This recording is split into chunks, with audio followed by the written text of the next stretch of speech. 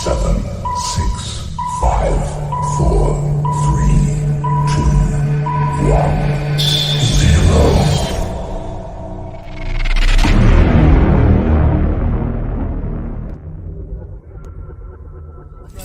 Guys, I just need to say this is one of the funnest interviews I've ever done in my life. Man. I'm not lying to y'all, bro. Thank you. I'm telling you, this is why I should have been Puerto Rican, bro. This is why. ¿Y qué está pasando? Y él dice, es que torneo dio positivo. Y yo, ¿qué? Pero se gusta. ¿Te gusta? Bueno, la analítica o la información te gusta. Bueno, con la analítica la gente no tiene que pensar tanto, ¿entiendes? Ya lo del el baseball sense y todo eso, eso ya pues lo estás tirando a la borda. Hermano, yo no quería firmar porque lo que ellos me estaban ofreciendo era, tú lo acabas de decir, $10,000, pero no me querían pagar mi educación. Wow. Y yo lo que le decía a ellos, oye, olvídense de darme bonos, paguen mi educación, porque yo quería que mi educación estuviera pagada. No olviden que hay que pensar, hay que estar delante. Si ellos te están trayendo una mente y tú pones la tuya a funcionar, son dos mentes trabajando, eres más fuerte. Y me dice ayer, oye cabrón, ¿verdad que voy a darle ya 10? No te pares a batear, salte de ahí que esto está bien rico. 2017, eso siempre se me va a quedar. Ese clásico, demasiado en la ambas, en la ofensiva y defensiva, o sea, tuve buen clásico y defensivamente ese clásico tuvo demasiado, viví mucho. Era súper diferente y uno tirando 25 entradas en 60 juegos para un relevista es demasiado, porque en 60 juegos jamás tú vas a tirar 25 hits. Cogiendo la base y parándote y dándote un selfie. He dicho nombre todavía.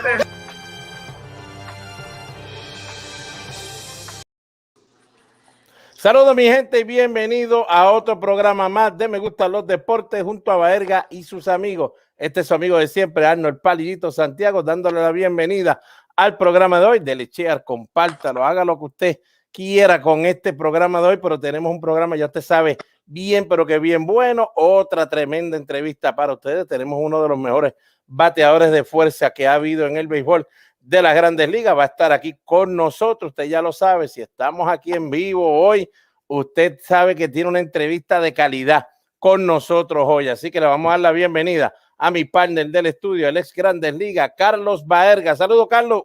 Saludos, Palillito, saludos a toda la gente que está conectada con nosotros. Qué bueno que podemos compartir y donde vamos a tener una entrevista de Grandes Ligas de verdad. Uno de los mejores bateadores, como dijo Palillito, y de verdad que este hombre daba palos en esos 12 años que tuvo. Palillito, impresionante su carrera. Aquí es donde la vamos a ver en el día de hoy. Así que recuerde una cosita que queremos siempre recordarle a ustedes, y esto es algo que estamos haciendo con el niño Alan. Señores, escríbanlo bien por ahí. Nosotros también en las redes sociales estamos poniéndolo. Vimos que el muchachito ya, el niño está, que está padeciendo de cáncer, iba camino esta mañana también al hospital a hacerle otros estudios y otros tratamientos. Acuérdense que ahí están tratando de conseguir una médula para Alan. Alan, nuestro guerrero de Me Gusta Los Deportes. Ahí está toda la información, pero como quiera, si usted no la puede ver ahora aquí, vaya a las páginas de nosotros, mi Instagram de Me Gusta Los Deportes, allá arriba en la biografía está el link para que usted también pueda ayudar a Alan, que está, mire, batallando fuerte contra el cáncer, y usted sabe que pues cuando a uno le tiran una curva como esa, hoy puede ser Alan, mañana puede ser uno de tus sobrinos, tus nietos, tu hijo, tu primo, así que ya lo sabe, Baerga, que todo el mundo pues siga uniéndose ahí con Alan, nuestro guerrero Alan.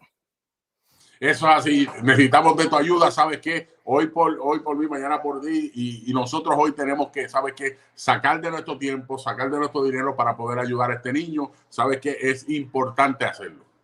Bueno, así que señores, yo creo, Baerga, que bueno, saludo a todos los que se están conectando por ahí, que yo sé que ya están escribiendo, lo sé, hay muchos bostonianos, hay otros de otro lugar, pero lo mejor de todo es que esto le llega a usted, mire, con una cortesía de agua de coco Goya, Baerga. Eso es así, hidrátate con agua de coco Goya, porque si es Goya, tiene que ser bueno. También con Crosco, sella tu techo con Crosco, ¿sabes qué? Y yo te garantizo que estará sellado. Y también Droguería Betance, nuestra droguería puertorriqueña, estará también ayudándote a ti.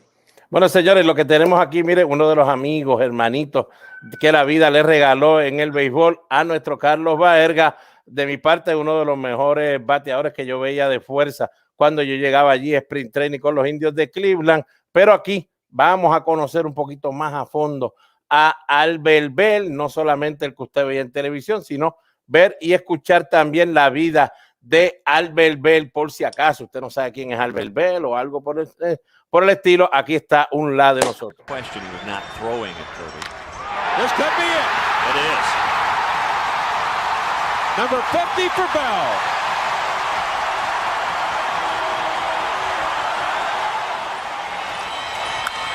Line to center field. Back is Edmonds to the warning track to the wall. It's gone. A grand slam home run. The magic continues. The Indians win. Oh. Get it. Hit deep into left field. Whitten goes back, looks up. You can put it on the board. Yeah. Some numbers against Chuck Finley.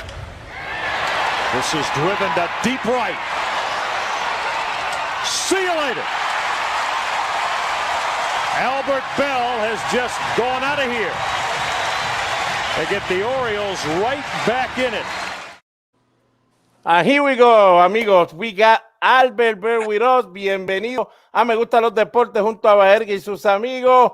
Nice seeing you, my man. Albert Belle here with us. All right, good to see you. Thanks for inviting me to the show.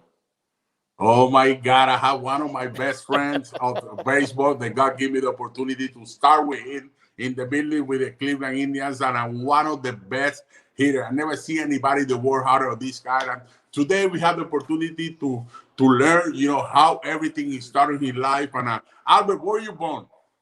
I was born and raised in Shreveport, Louisiana. It's a small town in northwest Louisiana, and we just grew up in this small, typical middle class neighborhood where there was all black families, and there was a lot of boys and kids in the neighborhood. They were a lot older, and we just pretty much hung out together, played sports, and even though these kids were bigger, stronger, faster, you had to figure out how to survive and play with these kids. Otherwise, you'd just be on the sideline watching them. But we played football during football season. We transitioned to basketball, in the off season, in the winter, and then we came back and played, spring baseball. So we were pretty much outdoors all the time, just playing sports. And we all ended up going to high school together, and we graduated together, and it was some great times. I mean, growing up, Albert, now that you're talking about the way you were growing up around, a lot of other kids, and a lot of them grow older than you. I mean, how important you think it was for you, not just to make it to the big league because of that, but I mean, how important was to you through life to be able to do a lot of different sports just, while you were growing up? Well, it was just a thing that the older kids did. A couple kids had basketball hoops, a couple kids had football. Our family had all the baseball equipment.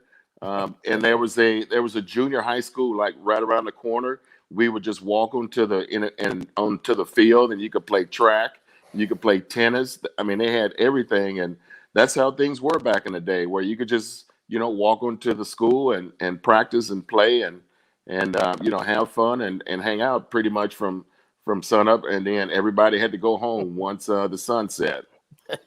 Albert, you have the blessed, to have your father. I met your father. I met your mother too, and I know that he was very important, for your life. At the beginning, your father was a high school baseball and football coach. In there, and your mother was a teacher too. How important was, to have a family that teach you, first of all, to have good grades in school, no matter where you're born, they want you to have good grades, and second, to have a sport. Well, the first priority is, we had to hit the books, we had to make the grades. We couldn't play sports unless we had our grades up. and my dad taught PE and geography. he was like the driver's ed instructor when you had the car, and you know, he coached football, basketball, and baseball, so he pretty much did it year round. But the influence that he had on us is like he would just take us to the park, and we never had to like, you know, we would always say, Dad, let's go to the park, let's go hit some balls, let's go do this, let's go that, and he always would. And I remember like after like, just because I pitched after every practice, he would say, okay, you have to jog home. And so it was like it was 1.1 miles. And he said, son, you gotta keep your legs strong. Wow. You gotta be in shape. You're always, you know, you gotta pitch and you gotta be ready. And, you know, back then when you jog home, you know, you jog through these neighborhoods and people had dogs and nobody had fences. So you had to really figure out like where all the dogs were, and you know, some would chase you and you had to sprint, and then some wouldn't. So you were always like looking around. But you know, after every practice, you know, I had to jog home, and you know, he instilled in us good work habits. You know, being an athlete, and you know, my hat goes out to him, and I appreciate. You know, I can't say thank you enough for all the hours and all the pitches and all the ground balls and fly balls, and you know, he threw to myself and my brother. And that's pretty nice. You see, I mean, he was teaching you a lot of things without even knowing you. For you were like, oh my God, I have to run, I have to do all this. But he was getting you smarter too. He was able to run this way, run not that way. I mean, so he was getting on you. So whenever, you know, you made it something after college or something, you know, you at least have something working behind your brain without even knowing that he was doing that to you. But it was good to hear that, because right now, I think even if I tell my daughter to run from here to the back door there, she's probably gonna be like, no, I'm not running that. Are you crazy? I'm not doing that. Well, you know, yeah. Well, you know what's funny now is, you know, I have 3 daughters. They're 15, 13, 11, and you know, they play club sports, and you know, sometimes, you know, they'll kind of give you a little sass because I'm like, you know, hey, let's go work out in the yard. And they were like, well, Dad, we don't really want to feel like it. So I said, okay, I'm going to give you a choice. Wow. You can either practice with me, or you can come help me pick these weeds and landscape the yard. and so they they go work out and they get their workouts in, and so it works. But you know, the thing about, you know, my kids, I always try to give them a choice. Yes. And they usually they never going to volunteer to pick the weeds and all that. So it ends up working out pretty good. Albert, when did you got to the point that you say, you know what, I think I could do something in baseball? I mean, when was that? How old were you, and who was the person that pretty much just told you, you know, you could do it? It's time for you to just concentrate in baseball. Well, my senior year, I was trying to decide if I wanted to play football or baseball, and I wasn't a very big kid. I graduated like 5'10", 165. Mm-hmm. And, you know, I was a high school quarterback, but when I got to college, you know, I had a chance to start as a freshman in baseball. So I focused on baseball. It was the first time where you get exposed to like a trainer who, you know, strength coach, you know, they show you how to properly lift weights. And then, you know, you got a chance to eat in the athletic, you know, kitchen. And, you know, we ate a lot of steak and potatoes. So I put on a lot of weight, and just from lifting weights and eating a lot as a freshman. So I always wanted to try to pursue, you know, being a quarterback, but I just figured I had a better chance to start as a freshman in baseball. This guy, let me say to the people, this guy was amazing. In high school, he was the best player in basketball and football. He was a graduate, you know, he was the vice president of the Future Business Leader of America. So he was a great student too. Listen to this, people. He played with the USA Junior Olympic team too in there. Did you pitch in there or you play outfield? Well, I played outfield, and we had some pretty good stud pitchers that got drafted, and we were playing we had a game against Australia, and we had kind of used up a lot of our pitchers, and the coach was like, hey, I heard you pitch. Can you pitch against Australia? And I'm like, yeah, sure. And so I threw like a 7-inning complete game, and it was like, wow, like everybody was kind of looking around. I was like, we didn't know you could pitch. I was like, well, yeah, but wow. Back then there was no social media where like I can go out and tweet and Twitter and say I'm like put a video or something. Yeah, there was no place to put a video, so they didn't know. So I was selected as an outfielder, and it just so happened they ran out of pitching and they wanted to give some guys some rest, and I went out and threw a complete game, and it worked out for us. But we went to Canada, and we ended up losing 1-0 to Cuba. Okay. And they had a pretty good team. So and Jack McDowell was our. We had Jack McDowell, we had Greg Olson, Mike Ignatiak. We had a lot of pitchers. What about Ben McDonald? No. No. He was a freshman when I was a junior, okay. So he was in college. So he was 2 years under me, but. He was on our college team. That was pretty good. Okay. Awesome.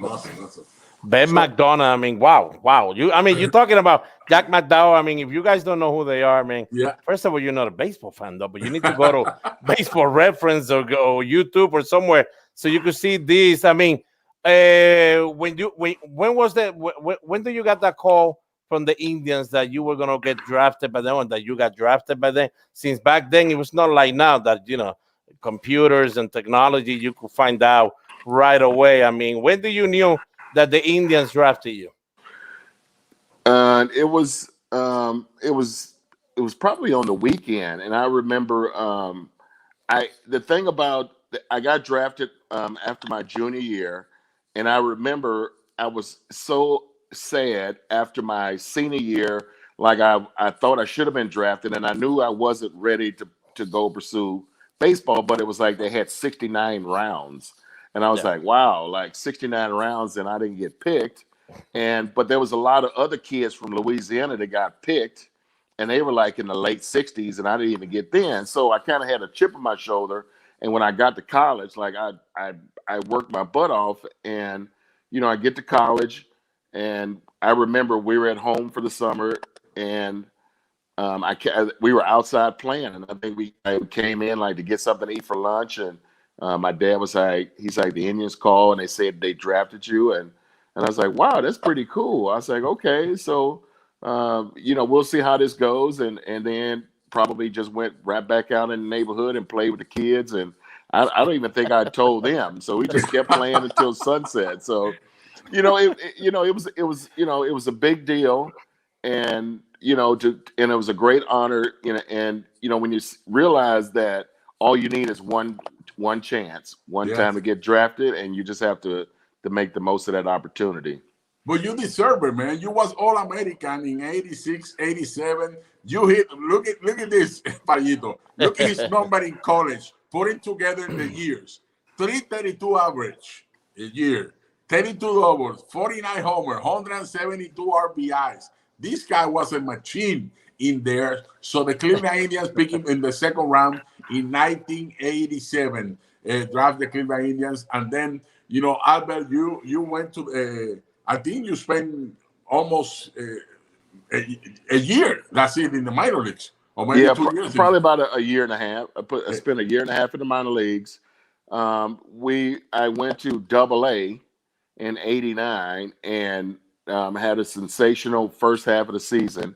And I remember we were in the Eastern League. So the Eastern League was where all the top pitching prospects went. And usually some of those guys skipped AAA. And it was our first year in Canton, Akron, and the home run record was 19. And I hit 20 home runs before the All-Star break. Wow. So I had the home run record, and they called me up at the All-Star break.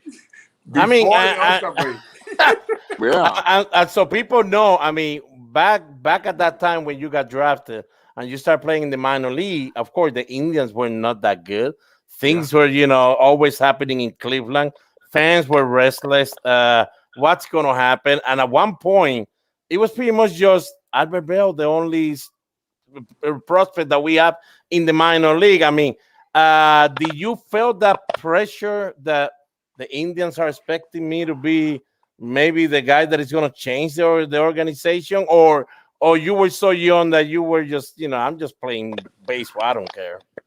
Well, I was always confident in my ability, and I knew if I continued to put hard work, like I can, you know, help things change around for the organization. But I knew I couldn't do it by myself. And then when you go, when John Hart took over, he made some phenomenal moves. You know, we made the trade where we got Carlos and Sandy, and we got some. The draft picks started getting better, and I remember like we had a bad team like in the early '90s, but you could see it was like, okay, like eventually they're going to turn it around. But, you know, we just I needed a little bit more seasoning. And then once we moved into the new stadium in '94, we were like, okay, now it's our time to shine. And now we're going to start paying everybody back who was like kicking our butt when we lost 100 games, because we remembered, and I kept tallies of like all these teams, all these guys who were like kicking our butts. And I said, we're gonna get a chance to get our revenge against those guys. Yes. Yeah. No, it wasn't like that. I have to say, at the beginning when you came up to the big leagues, you know, it was you. Everybody know that you was going to be a good hitter, but you was going through the transition, you know, to learn the league, practicing. But something that you have that I say to everybody, I never see anybody that work harder than this guy right here. This guy was in the cage early every day. After the game, sometimes he was in the old ballpark, Palillito. It was the worst batting cage I ever seen in my life. The worst. You remember? Yeah, it's bad. It's bad. This guy was there hitting with Jose Morales, hitting in there. But then everything clicked in on 1991. 1991, you hit 28 home run, 95 RBI, 282. That from that on, you explode, you know, in there, and you know, organization went through a next level like that. Tell me, what has changed your mind in there? Well, it was a time where you know, I'd worked so hard, and I wanted to kind of like, you know, okay, now it's starting to like, you know, I had to become like a 5-2 player. You know, they were trying to say like my defense wasn't good, so I was working on defense. I was working on base running. I was working on my speed, and I was working on hitting, and then I was working on being mentally tough. Yeah. And that's one of the things I learned. Like, you know, it's tough to get to the big leagues, but you have to be mentally tough to stay there, and to be able to you know, to be a part of a team where you all have to be mentally tough and play as a team and to win, you know, to have a winning season. And that was probably the biggest adjustment, is like the mental toughness of the game. Yeah. And it just took a while, because you were like, wow, like 162 games, like every day we got to travel here. We got to, there's no off time. It's like, and then when you get an off day, it was like, wow, okay, you know, I got like one day of rest, but you know, the next day is like, okay, back to the grind. And it was just, you know, when I got that mental toughness, then I saw my game go to the next level. Who was that person that first few years when you were up and down between the minor leagues and the big league? Who was that person that really clicked on you? Either it was hitting, or was just playing the game, or the mental part? I mean, who was that person that you could say, well, so and so helped me a lot to understand what I needed to do? Well, in AA, it was a big stepping stone, because we had Bobby Molinaro as our manager, and I think he played Puerto Rico. Yeah, he played. He had a nice little career. I think most of his time was with the White Sox, but we had a outfield instructor named Billy Williams, and he was a career minor leaguer. Yes. So he had spent 20-something years, but he was always positive, and he was always in a great mood, and he didn't let anything get him down. Yeah. And he made sure, like, you know, I'm going to work on outfield. He would help me with my outfield, like every day. every day, like hitting the cutoff man, throw to the proper base, back up, backing up the bases wherever the ball's going. So when and it took a while to realize it's like wherever the ball is hit on the field, everybody has a position they got to be in. You got to make sure you're in there. And so that was a big year, and I mean it was a lot of work. And I'm thankful for those guys to like help me take my game to the next level, and it paid off. Albert, how important it was for you to came down to Puerto Rico on the 90s? I remember that you went down to Puerto Rico to Ponce. How important was for you to play winter ball? I don't know if did you play winter ball before, or that was the only time? I played a season in Mexico. That was 1988. And I played in Puerto Rico, and the toughest thing was in high school. I took in junior high I took 2 years of French, and high school I took 4 years of French. So I took like 6 years of French, and I was like, okay, I'm never going to use French. And I was like, wow, I wish I would have taken Spanish. And I think that would have helped the transition.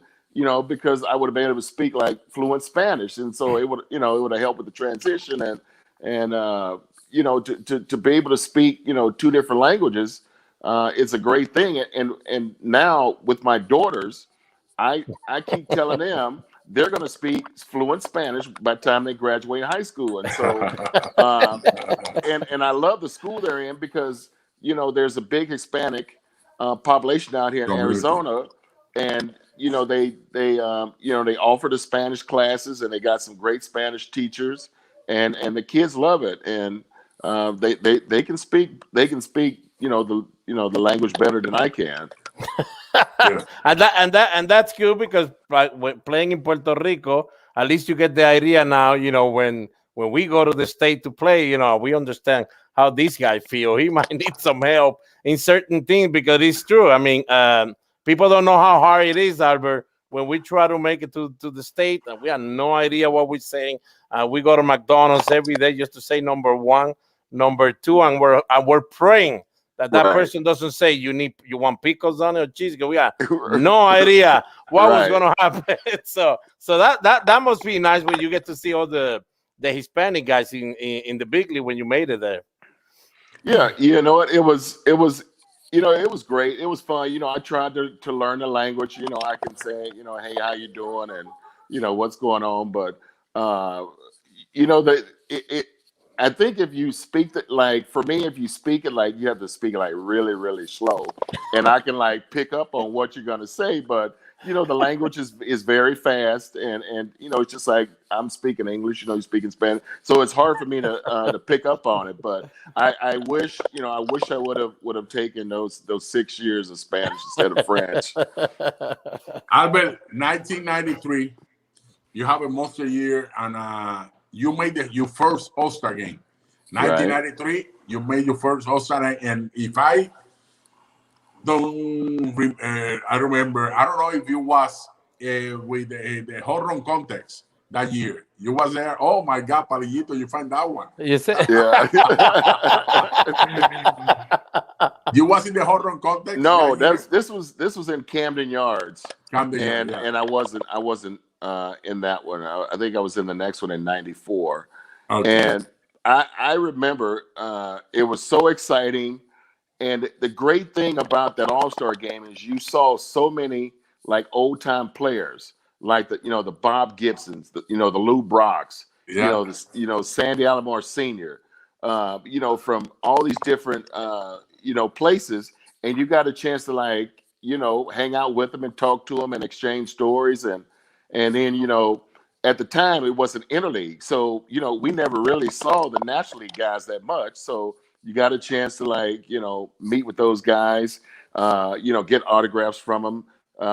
We did take pictures, and I have a bunch of pictures. I got to find them. There's somewhere around here. But your first All-Star game, it was so exciting. It was so much to do, and I can remember, my mom and dad and my brother, they were more excited than I was because they were going around and they were meeting all the, they knew just about all the old timers, and they were like, oh, we just met, I think, Mickey Mantle, I think they met him, and they were just going down the list, Lou Brock, and So it was fun for them, and it was fun for me, and to be able to be selected either by the fans or the pick by the manager, it's a great honor. I mean, and Baerga was talking about. I know in '95 in Texas, you were there too in the home run derby. I mean, how tough is the home run derby for people that of course they're used to the new one now? 3 minutes, take a break, you get 40 seconds more, and all that stuff. But still, I mean, you still have to try to hit home run. How tough it is in the home run derby to do it? Well, at the time, I was in the home run derby. It was very tough because you only get like 10 outs. So if you hit it foul, that was an out. Or if you popped it up and hit on the ground ball, so that was an out. So there was no time limit. I mean, if you just keep hitting home run after home run, but sooner or later you're gonna get tired. I mean, it was hot in Texas, but to be able to, and the thing about it is you didn't bring your own pitching coach. It was just one of the coaches. You just first time I met this guy and he was just throwing. So that's how tough it was. And do you want to bring Don Chiri? Yeah. That was the worst. The worst. Don Chiri. Yeah, we remember. I mean, he used to be when I got him in the minor league. He was a little short-handed. He started getting loaded short, and I was like, what? I know the worst. But I know Albert Belle want to bring Louis Isaac. Right. Isaac. Yeah, it was great. Yeah. Palillito, Albert, in 1994, you almost win the batting champion. If the people don't know this, he finished second, 2 points behind Paul O'Neill. Tell me about that race right there. You know what? It was pretty exciting, and and the funny thing is, I think Lofton might have finished like 3rd or 4th, so he wasn't that far behind. And I was 5th. Oh, you were? Okay. Yeah, so like, you better say it. Say it. So, I mean, it was such a fun season, and I'm so upset that it had to end in the strike. July 19th. But to be able to, when you look at what Kenny Lofton was doing, what Omar was doing, and what Carlos Baerga was doing, it was fun to watch those three guys perform. And like they were on base like all the time, and I was just coming up, and I was like, "Wow!" Like, I mean, this is gonna be fun here. Coming up with runners in score position, and and the thing about it, all 3 of those guys, they weren't afraid to steal bases. Yeah. So because the pitcher thought they were gonna steal bases, I saw a lot of fastballs. Yeah. And then also had the Hall of Famer Eddie Murray hitting behind me cleanup. So it was basically pick your poison. But that top 5 of our lineup was pretty special, and to be the cleanup hitter and to to be a part of such a great top 5, it was pretty good, pretty special. Okay. And I remember the last day because somebody actually brought it up that I was close to winning the batting title, and they thought we were going to go on strike that day. Paul O'Neill got 2 hits that day, and I only got 1. We were in. I forgot where we were, and then that helped him to win the batting title. You see, guys, I mean, one of the best hitters we got a year. I mean, power hitter, but still, he was always a good hitter. Retired with a 295 batting average. But now that we're talking about hitting, Albert, I mean, what was your philosophy about hitting? I mean, because you weren't just a guy that was going to pull the ball. It's not what we're used to see now in the new baseball. Pull the ball and strike out, and that. Whatever they call that, lonchango, whatever that little I have no idea. I have no idea what to call it, man, because I don't like it, so I have no idea. I mean, what was your philosophy back then? My main philosophy was I wanted to get a lot of base hits and hit 300. I always felt that I was a 300 hitter. Oh, my God. Listen to that. Listen to that, people. But in order for you to hit 300, you have to be able to hit the ball all over the ballpark.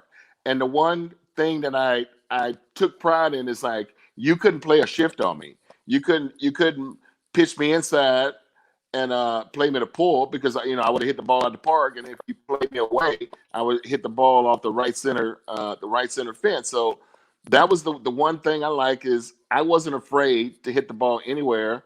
And this was, I knew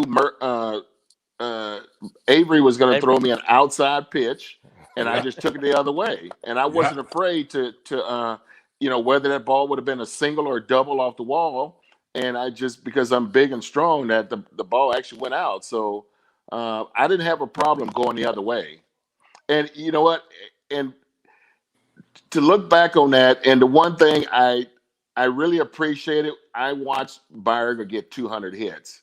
And I watched those at bats, and I'm telling you, man, like there was some pitches outside, and he's like, boop, and he just hit it over the left field, and he could hit, right-handed, left-hander, hit for power, hit the other ways, but that was the thing back then. Is like we wanted to play every day. We wanted to come to the ballpark. We wanted to play.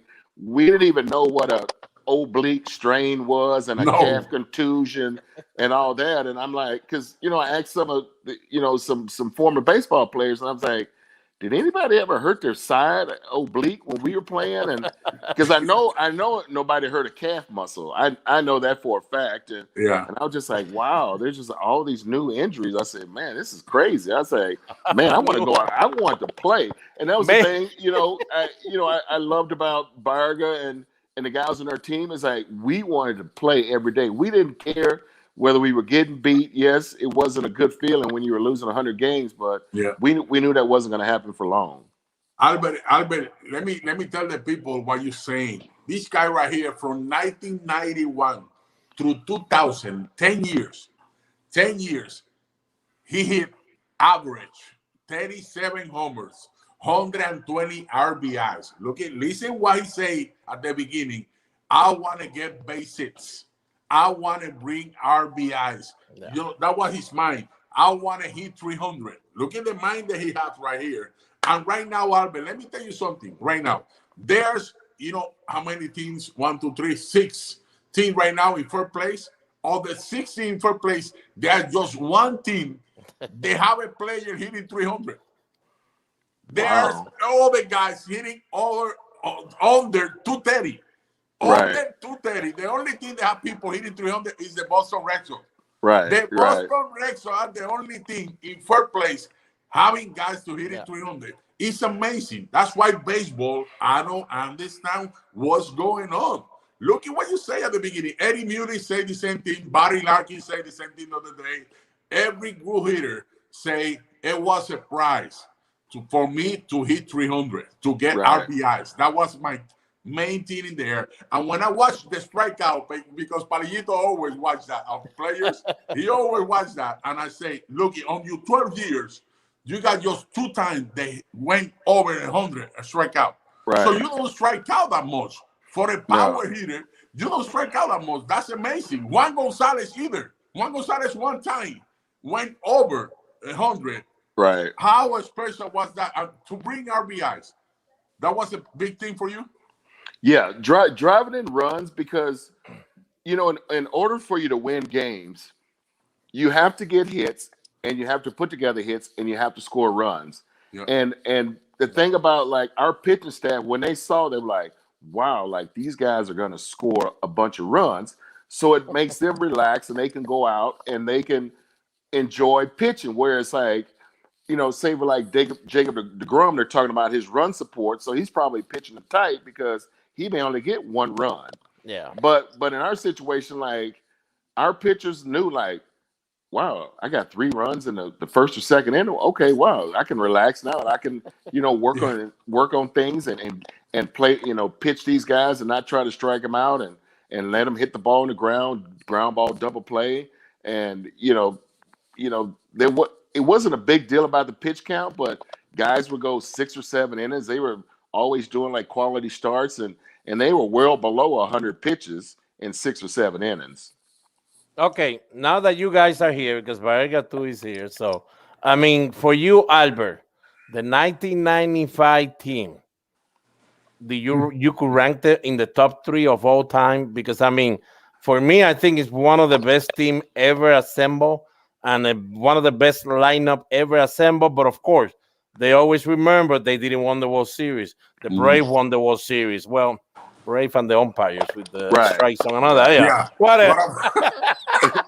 Whatever.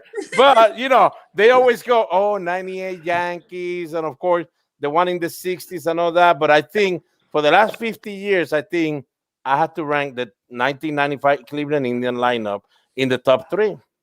Well, here's the thing. We only played 144 games.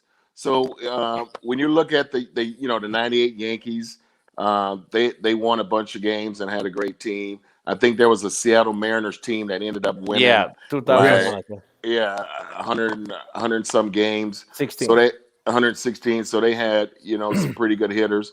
But to do what we did in 144 games, that means like we had like 18 more games. Like we could have done like way more damage. Oh my God. But I think you can compare us, because I think one of the teams in the 60s, they might have played 144 games or 152 games. So you can kind of compare us with them. But, you from top to bottom, it was a great lineup, and it was a fun lineup. And the thing about it is, I was looking at a stat the other day. We only struck out, I think we struck out like 750 times as a team. Right now at the All-Star break, probably half the league has struck out like over 800 times in a game already. So it's like they have a team hitting like, one team's hitting like 215 as a team. I was like, yeah, golly. I was like, I remember Detroit, had all the strikeout guys. Yeah, they were hitting like 240. They at least hit 240 as a team. Yeah. So it's bad how some of the hitting has just gone from bad to worse. And I don't understand why baseball has allowed for strikeouts to be okay, because we took it personal. Like, we were so proud to put the ball in play, and we didn't care where it went. Yes, base hits were good, but when a pitcher make a great pitch and we put it in play, sometimes we got hits, sometimes we hit line drives right at people, but that was the one thing we took pride in. We weren't out there swinging, trying to hit a 600-foot home run every time. That wasn't us. That wasn't our era. Our team was built on putting the ball in play and using our speed and putting pressure on the opposing pitcher, and we were successful at it. Yeah. Albert, in 1995, you became the first player ever to have 50 doubles and 50 homers. And that year was a special year. And something happened that I was pissed off, and everybody was pissed off. You lead the league in almost every category in there, and they don't give you the MVP. How you feel about that? At the time, I probably knew I wasn't going to get it because, I wasn't, a media darling. And I remember people would come up to me and they're like, hey, what's the secret to your season? I say, well, if I tell you, it wouldn't be a secret then. So, I just kind of felt like I didn't want to tell like all my secret, what was going on out there, because I really didn't want to know, because I just kind of wanted to kind of hang out under the radar and put together the big season. And, but we got a lot of attention. We ran away with the American League. I think we finished by like 30-some games. Yes. And, we ran through the playoffs, and it was the first time the Indians, been in the World Series in like 40-some years. So it was a special season. And don't forget, I had one triple. So I legged out a triple. So, but that was the thing. It's like we didn't care. Single, double, triples, and we hit some home runs. I don't think we had the most home runs as a team, but we were pretty close. But we had the most hits. Yes. No, and it's nice that you mentioned, Baerga. It's nice that you mentioned about the MVP award that year, because definitely. You won the MVP. I mean, if we go by numbers, you won the MVP, and I think Edgar Martinez finished second. I think Martinez should be the runner-up, and I think Mobong. And I'm a Bostonian. He's a Bostonian. I love the Red Sox, but I always tell people that I think Mobong finished third. But we always knew back then those awards goes together with the media.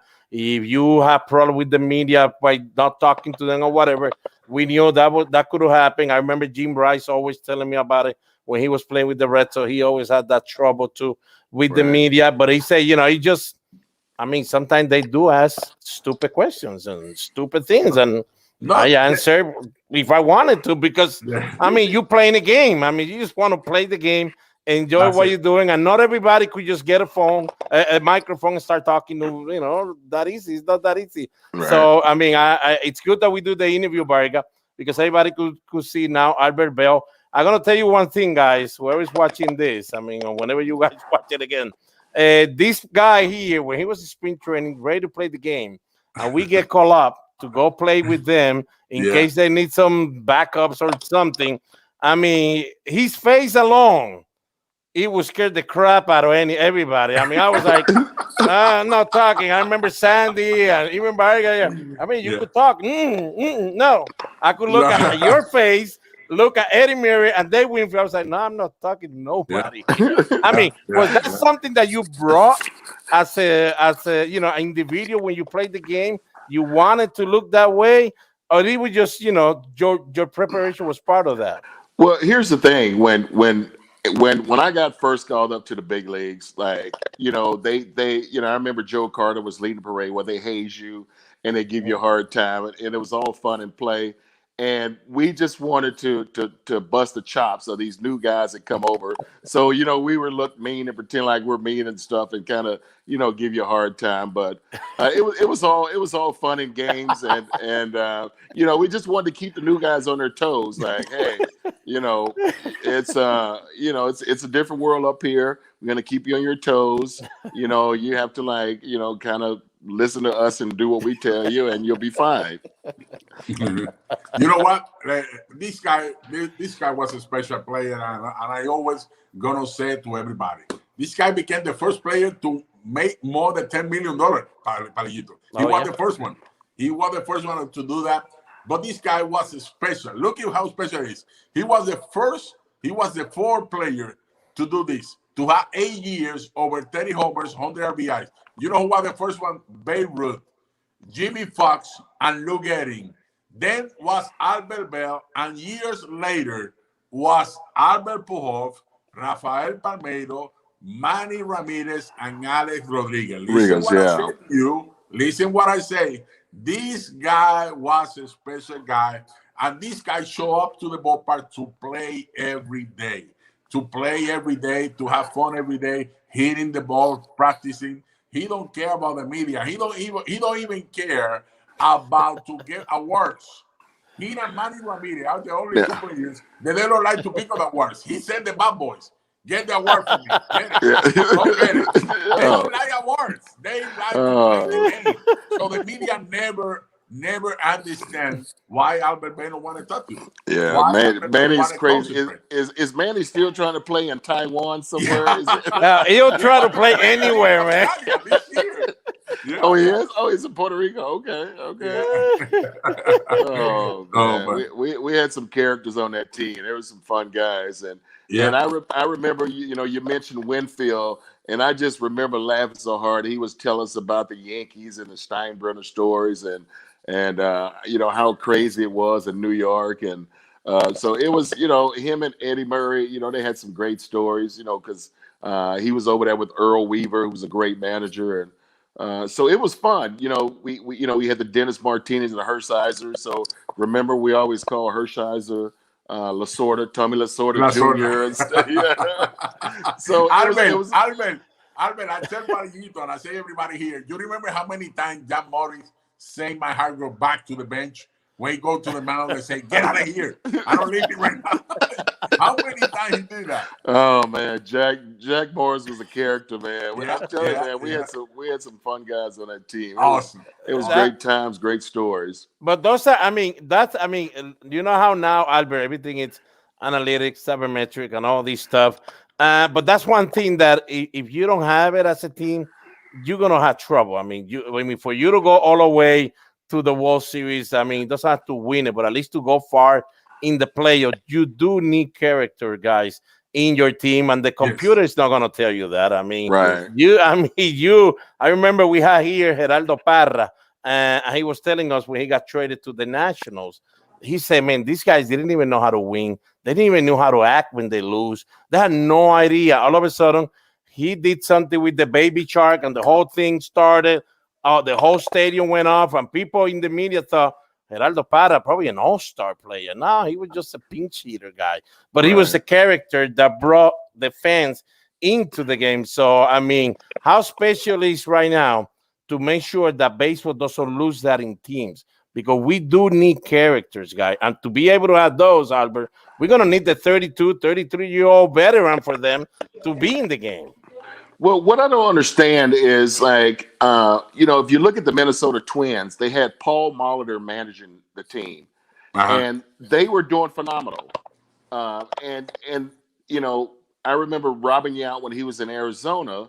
Like, he basically walked away from the game because they didn't want great baseball people with great baseball minds to make baseball decisions. Yeah. And that's what has happened to the game is like, how can, you tell somebody how to hit 300 when you've never even got to the big leagues or hit 300. And it's like, and I'm just thinking, I'm like, wow, nobody wants Wade Boggs to manage or teach their team. Nobody wants Dave Winfield, Eddie Murray, to work with their hitters and stuff. And it's like, wow, like these are great baseball minds with great information, and they don't even want these people like around the ballpark. And that's the scary part of the game. Yeah. It's kind of hard, man. It's what we're going through right now is hard in baseball. They don't want even people that that play the game before. Around the ballpark, because they want to have people that play in college or people that play in the minor leagues, but players that play in the big leagues, they don't want it at the ballpark because they don't want to change their philosophy. They want to make sure that for you to be able to help these guys that are in the big league now, you better understand the computer world. If you don't understand the computer analytic world, you're kind of like an outsider. And then they'll tell you, Albert, if you want, you come to spring training, enjoy it. Talk to the guys around here, but I mean, even with Louis Tian, that he's kind of like part of our family. He tells them, I go to spring training, and whoever wants to talk, I'll talk to them. But right now, I mean, they start going, well, when I throw my curveball 3.55 degree, it's like, oh, what the heck? I have no idea. I can't help you in that. Yeah. I mean, and imagine you are Albert Belle. I mean, if somebody would have tell you back then, like when you were starting in baseball, say you better keep up your exit velo 110 miles per hour. You better do your launch angle so many degrees.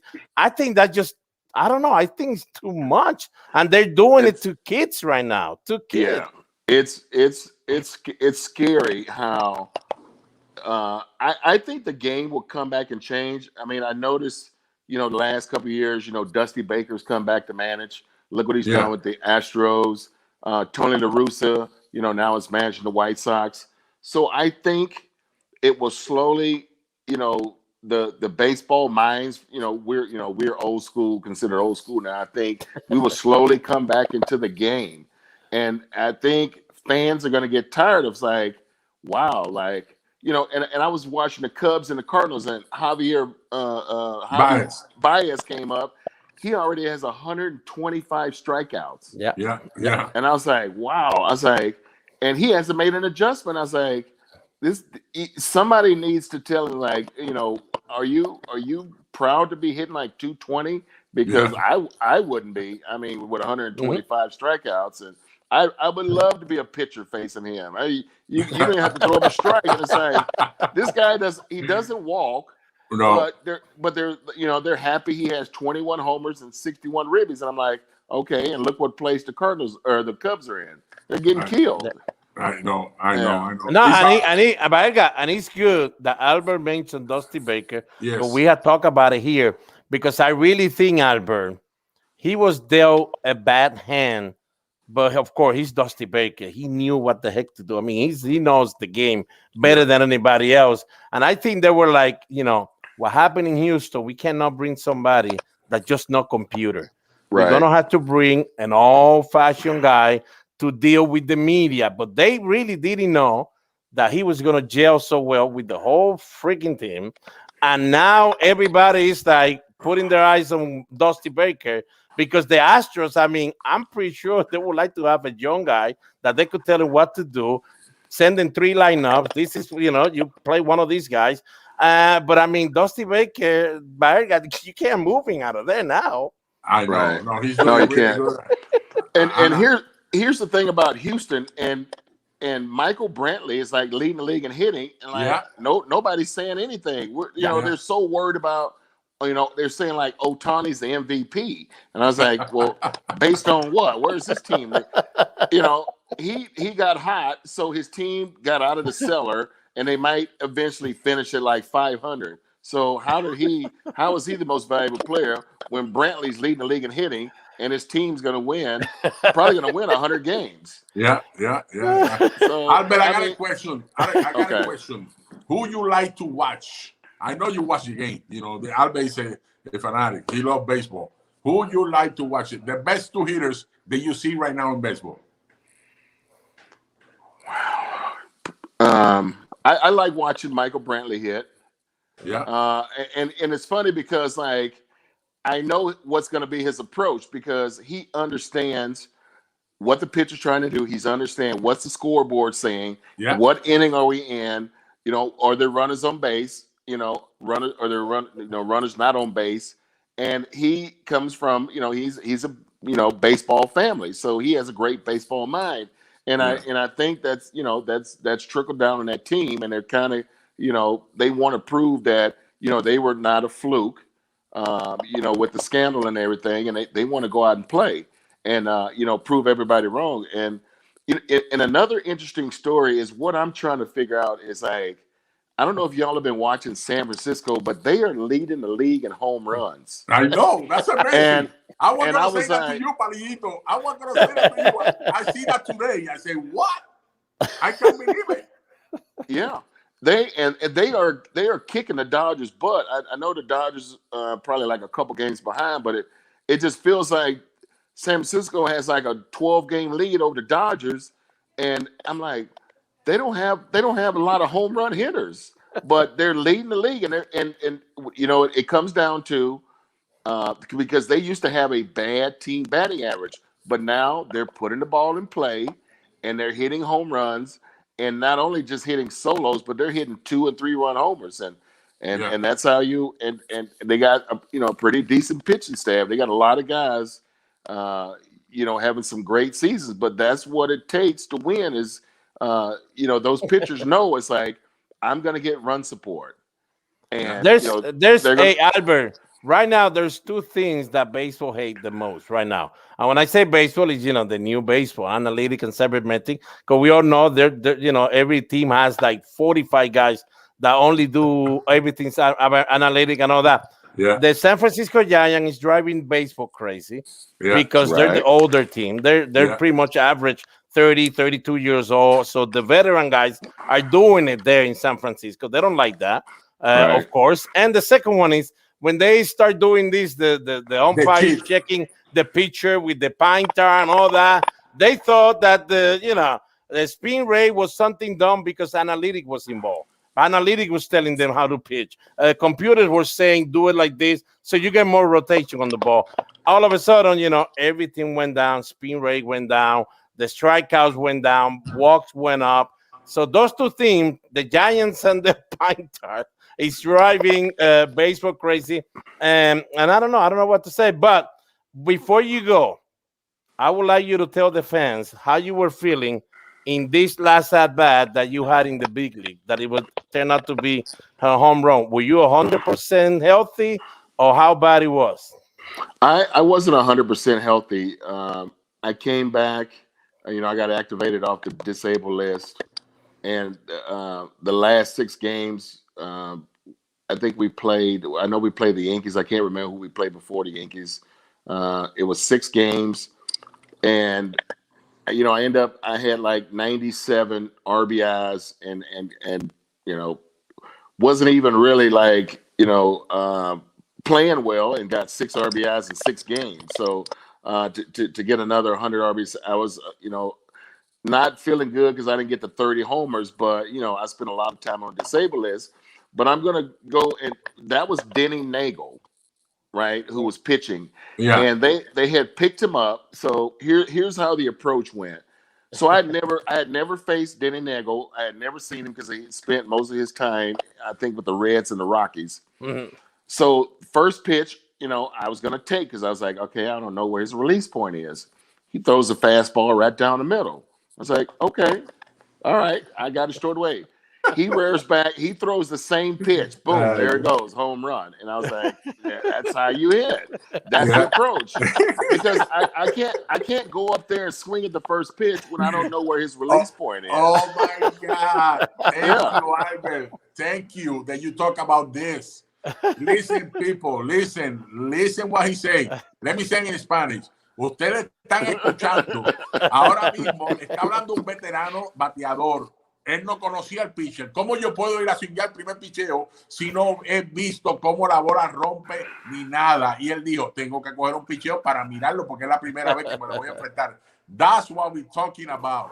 Know what he's going to throw, what he throw, how the ball moves and stuff like that. So he went with a plan to hit. Right. You have to go with a plan. Yeah, but you have bad launch angle in that one. That was a bad launch angle. Yeah. So that was a lucky home run there. And the exit velocity was like 99. Yeah. Hey, Albert, every home run, Albert hit maybe 20 fly balls for homer. Albert land drive homer, land drive right field, land drive center field, land drive left field. That's the way he hit. That's the way Albert Pujols say. That's the way Mike Trout hit. Like that. I don't know why they come up with this long angle stuff. That's the wrong thing I've ever seen in my life. Yeah, it's too much stats involved, and I hate when you turn on the TV and it's like, okay, they sometimes they won't put the batting average, home runs, and RBIs, but they're putting like all this other stuff where you're just taking all these numbers and making up, his WAR and his OPS and then his WHIP. And I'm like, well, okay, I don't really understand that, but it's just a part of the game that doesn't need there. Let's see what his batting average is, and you can tell. Okay, if he's hitting 300, he's probably has a high on base percentage. Yeah. If the guy is hitting 200. He probably has a really low on base percentage, and his strikeouts are probably up. So, they don't, they're just trying to come up with something new and not to use the batting average. But the batting average it speaks for itself. Yeah. Hey, they went as far as saying, I don't know if you remember, Albert, when Miguel Cabrera won the Triple Crown, there was actually guys, analytic guys, and cybernetic guys saying, Triple Crown, it's not a big deal. It's not what? Oh, like we do that every freaking year. I mean, it took like 50 years before somebody else did it again, and you acting like it's normal. Yeah. It is amazing. I want to say something about you, Albert, and I'm going to say to everybody, this guy right here on the 90s lead the league in baseball on the 90s in RBIs, 1,099. Listen to this. In extra base hit, Palillito, on the 90s, lead the league in Major League Baseball. So this guy right here, he stopped playing because he got hurt.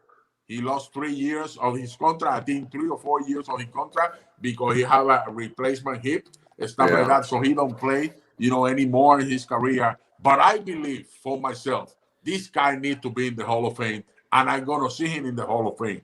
That's what I think, Albert. Well, I appreciate that. And speaking of Hall of Fame, and I hope you guys give a shout out to Pete Rose, because when you think this, I mean, it's like 4,000 hits. I mean, he played 20 plus seasons. I said that's a lot of games, and it's a shame that he has still been banned. Yeah. From and I always tell people, I said, there's been people that have killed people and they've gotten out of jail in less than 20 years.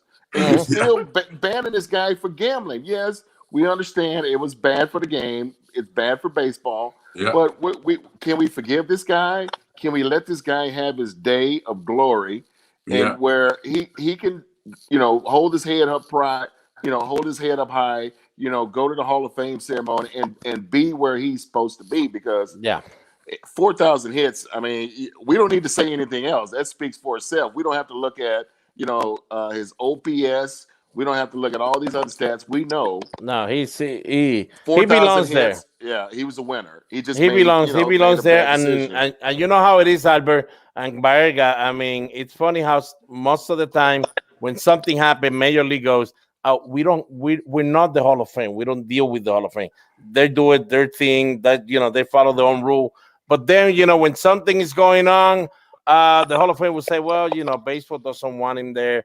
Baseball doesn't want to do it that way. So I mean, it's nice that you mentioned P. Rose, because we here talk about it too. I mean, we think that he should be in the Hall of Fame. We know about the betting, and at least all the proof in the betting when everything that came out. He was betting on his team to win. It's not like he was betting for them to lose. He was trying to get them, make money while his team was winning. So at least you could give him at least a little bit of that. I mean, he wasn't trying to throw the game just to mess up games. I mean, but it great that you mentioned that. But yeah, I think the Albert Belle, I mean, you did a lot in the game, and if you wouldn't get hurt, it would be more damage in this game. So I mean, you the man. I enjoy watching you, and I every time I people tell me what's one of the guys that you try to imitate hitting wise. You were one of the guys. I just couldn't bend. I mean, I tried. I did the bat, but I just couldn't. I mean, was that something you felt that you were doing, or that's just that's just how I hit? I had no idea how I was doing. That was just how I hit. I felt more comfortable with the crouch. Yeah. And just where my hands were, and I just thought I could be quick through the zone that way. I didn't like to feel like I was standing like tall. I watch a lot of these hitters and they're standing tall, and I was like, wow, it looks like they're getting ready to go play a softball game, because they're gonna swing like straight up. And I was like, I just felt more comfortable with the crouch, and I felt like I was in a real like power position, and I could hit the ball around the ballpark. So everybody's different. Yeah. Some people were able to copy off of it, and it worked for them, and some people made them feel uncomfortable. Albert, I just love Armando Benitez was so pissed off. Here, and you hey, when I went to Baltimore in '99, I think that was like the first thing he brought up. Like, he was still mad at '99. Oh yeah. Oh man, that was something. Albert, we want to say thank you. Thank you for the opportunity to interview today. That was very special. I know that people love it. And you know what? God bless you. All the best with your daughters. I know that you're having fun with them. And you know what? You're going to be in the Hall of Fame because you put the numbers. You show everybody what it takes to be a great hitter in the big leagues. And what you say today is all right, man. God bless you. All the best to you, man. And always, honest, one of the best teammates I ever had in my life. Thank you. All right. Thanks for having me, guys. It was fun. I enjoyed it. Okay. Good luck to you. I appreciate it, my man. Nice seeing you. Well, señores, ahí tenemos a Albert Belle, uno de los bateadores de fuerza de más grande ha tenido el béisbol. Y ya, pues, como le estaba diciendo Baerga, si no se hubiese lastimado, le podemos poner, quién sabe, si unos 5 añitos más a Albert Belle, y cuidado, tú sabes. Y él siempre remolcó 100 carreras, Baerga, así que Palillito, iba a estar remolcando 100 carreras. Es que es increíble, y perdone la gente que lo vuelva a traer, pero que me puse a mirar sus números. Él, acuérdense, miren esto, Palillito, y perdone que vuelva otra vez. Su primer año él cogió 234 turnos, que fue en el 89 cuando subió. De ahí el 90 no jugó. Acuérdense que él estuvo fuera, por ese año completamente fuera. Solamente jugó 9 juegos, ¿sabe? Que ese año no cuenta en Grandes Ligas.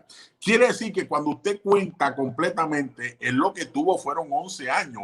En 11 años, 381 jonrón, 389 dobles, 1,239 carreras empujadas, 1,726 hits. Oigan eso, en 11 años nada más.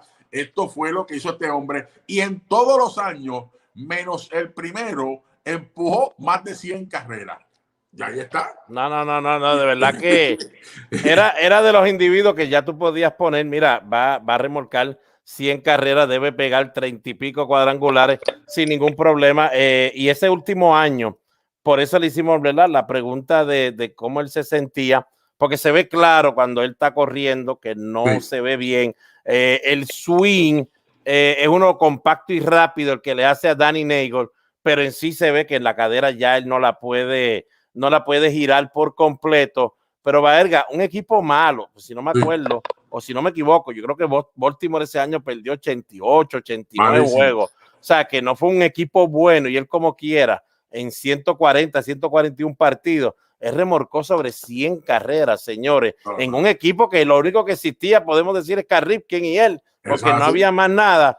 Y él como quiera, Baerga, pudo remorcar 100 carreras en menos de 150 partidos. Mire, usted nació para eso. Impresionante, 5 juegos de estrella, 5 Silver Slugger, uno de los 8 peloteros, como le dije, Beirut, Lou Gehrig, Jimmy Foxx, Albert Belle, y después que viene Pujol, Manny Ramírez y Alex Rodríguez. ¿Sabes? Esto es para que ustedes vean el nivel que está este hombre, y el único pelotero desde el 1990 hasta el 2000, averaje de 37 jonrones por temporada y 120 al viaje. Eso no se lo quita a nadie. Este hombre daba palo de verdad, y de verdad que fue un honor poder haber jugado con él. Palillito, ganaste. Sí, hoy. Eso ya veo gente por ahí escribiendo que Boston ganó, así que mi gorra se queda lo más nice, y se queda un juego de, ¿verdad?, de ventaja del equipo de Tampa, porque el equipo de Tampa había ganado, pero usted ya sabe que esto es preparándonos para lo que empieza mañana, ¿vale? ¿Okay? Uy, ¿verdad que mañana ya bueno, yo le digo mañana para que usted ya vaya diciendo hay que ponerse ready, Palillito y Baerga y Mayito otra vez, ya usted sabe, le vamos a dar duro, Baerga, a la situación, pero vamos a hablar mucho de Boston y Yankees, señores. Pues por lo menos ya vimos que hoy se fue para la calle Fernando Tatis Jr., el 29, está de líder, si no me equivoco, en la nacional con esos 29. Y entonces Vladimir Guerrero Jr. también perdió contra Boston, pero pegó su jonrón número 32. Y yo creo que estamos viendo algo interesante ahora, señores, porque, Baerga, yo pensé que ya se iban a ver más movimientos de cambio ya para este día de hoy, ya hubiese habido, y lo que estoy viendo son cambios, como uno dice, behind the scene. Creo que Toronto, que no tiene pitcher, envió un pitcher para allá, para Kansas City, yo no sé para dónde. No entiendo. O sea, a lo mejor es un muerto, no sé, a lo mejor es un muerto. No estoy entendiendo todo esto, siguen atrasando. Chris Bryant se lesionó ayer en el outfield, en vez de estar jugando tercera base con un equipo. Esto está poniéndose feo, de verdad, sinceramente. Palillito, nos vamos a conectar ya mismo allá. Sí, pasamos ahí en unos 15 minutitos, debemos estar allí rapidito con ustedes, así que yo acomodo todo lo que tengo aquí tirado. Perfecto. Y estamos con ustedes en unos 15 minutitos para terminar entonces la noche de hoy de Me Gustan los Deportes junto a Baerga y sus amigos, pero lógico, no sin antes darle las gracias siempre a usted, porque está aquí con nosotros. También a Albert Belle, que vino por aquí y compartió con nosotros, y por fin ya le dijo a Palillito que él lo que él hacía en ese tiempo en sprint training era cagarnos literalmente en el dugout con la mirada. Oye, siempre fue así. A la vez que él entraba al terreno, pisaba ese terreno, ya se convertía en otra cosa, y de verdad era algo súper especial jugar con él. Uno le daba, Baerga, tú fuiste team Medel, lógico, pues estaba, ¿verdad? Pero a uno que estaba hasta en ese dogado, uno le daba miedo hasta pararse y caminar por al frente de él. O sea, así era. Cuando él al principio, yo le decía a Mike Tyson, porque él de verdad, y no lo hablamos en el día de hoy porque no quería traer ese evento. Mire, este hombre tenía un problema porque a él le tiraban adentro y quería pelear. El primer año de él peleó más de 7 veces, 8 veces. ¿Sabes? Porque le daban pelotazo y yo le dije, papá, es que no te vas, si tú sigues sacando bola, no te vas a pichar afuera, te vas a pichar adentro. Y le daban pelotazo y él quería pelear todo el tiempo. Y tú sabes que en las menores le estaban ya hablando a John Hall, que era cuando eso que vino, y Dan Adao, que yo creo que Adao, si no me equivoco, yo creo que él llegó con 29 años, 30, él era joven. cuando llegó ahí a Cleveland para tratar de bregar y empezar el camino nuevo. Y le decía a todo el mundo, ustedes tienen que votar a ese hombre. Él no hacía caso. Dan Adao, yo me acuerdo en el Sprint Training nos contó una vez, Baerga, yo no sé si lo contó a ustedes, pero a nosotros en un meeting con los Liga Menor para que aprendiéramos a hacer las cosas, dice, un día yo fui a ver a Albert Belle jugar y le dije, Albert, estoy aquí porque me dice que tú no estás joseando para primera. ¿Verdad? Ok, y si yo te vuelvo a ver haciendo eso, tú te vas de aquí, no vas a jugar este año. Y él dice que al ver el primer turno, roleta y no caminó casi a primera. Segundo turno dio un fly. Y el tercer turno dio otra roletita, caminó y por ahí siguió para el clubhouse y por allá se fue y no lo vieron más nada hasta el otro día. Y los chamacos de nosotros, los menores, preguntamos, ¿y usted lo votaron?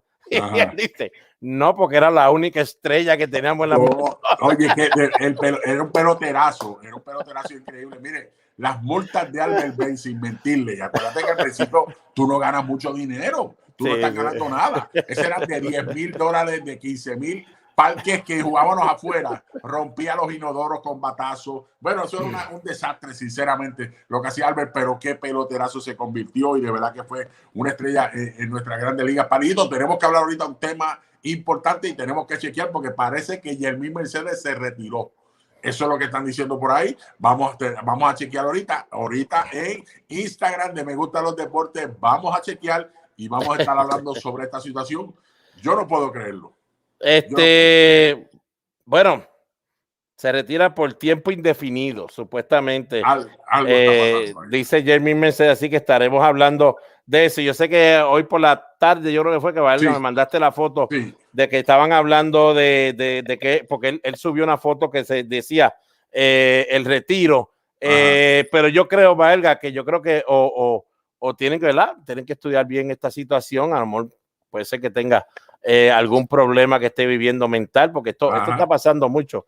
La pandemia ha traído muchos problemas mentales y la gente a veces los coge a chistes. O qué está pasando, tú sabes, porque pues este muchacho estaba en el tope de la cima y ahora de momento, ¿verdad? Tiene que ir a las menores y no sé lo que ha pasado, que tenemos que verificar si es que no puede bregar con lo que está viviendo allá abajo. Ya está batiendo sobre 300 en las menores. Eso no es que le está yendo mal en las menores ni nada de eso. Pero nada, tenemos que ver, a ver. Y ahorita de aquí a 10 o 15 minutitos le dejamos saber. Bueno, manténgase en sintonía con nosotros. Nosotros vamos a averiguar qué está pasando, si es verdad, si no es verdad. Y es aquí en Me Gustan Los Deportes, donde usted se va a enterar de todo. Prepárese que no mañana, el viernes tenemos otra entrevista. Le vamos a estar dejando saber, entiende, todo lo que está pasando en el béisbol de Grandes Ligas.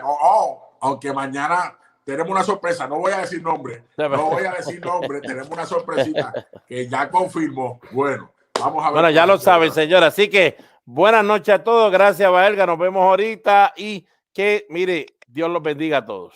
Dios me los bendiga. Yo estoy como Coco.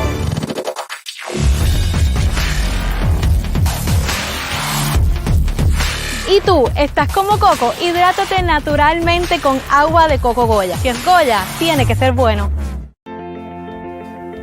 Cada mañana, en Droguería Betances, salimos con entusiasmo y dedicación para llevar salud a cada rincón de Puerto Rico. Llevamos más de 50 años entregando medicamentos y productos de calidad a cada familia puertorriqueña a través de más de 700 farmacias de comunidad. Ese es nuestro compromiso. Droguería Betances, llevando salud a todo Puerto Rico.